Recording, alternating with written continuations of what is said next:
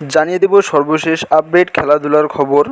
X সংকেত দিয়ে কি বোঝাতে চেয়েছিলেন মিশরের কোচ? সব ধরনের আপডেট সংবাদ সবার আগে পেতে আমার WNews24 চ্যানেলটি সাবস্ক্রাইব করে সাথে থাকুন।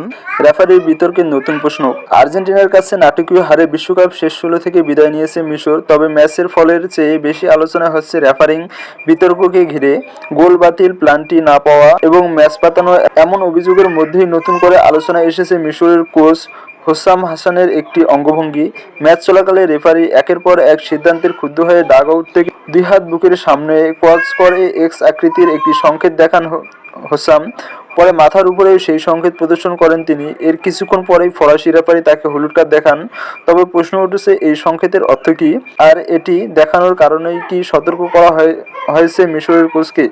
ফিফার বর্ণবাদ বিরোধী নতুন প্রোটোকল অনুযায়ী খেলোয়াড়, কোচ কিংবা ম্যাচ কর্মকর্তা মাঠে কোনো ধরনের বর্ণবাদী আচরণের অভিযোগে জানাতে 2 হাত ক্রস করে এক্স আকৃতির সংকেত ব্যবহার করতে পারে। এমন সংকেত দেওয়া হলে ম্যাচে রেফারির পরিস্থিতি মূল্যায়ন করেন। প্রয়োজনে মনে করলে সাময়িকভাবে খেলা বন্ধ রাখতে পারেন। অভিযোগের সত্যতা মিললে এবং বর্ণবাদী আচরণে অব্যাহত থাকলে ম্যাচ স্থগিত কিংবা চরম পরিস্থিতির পরিত্যক্ত ঘোষণার ক্ষমতাও রয়েছে রেফারির।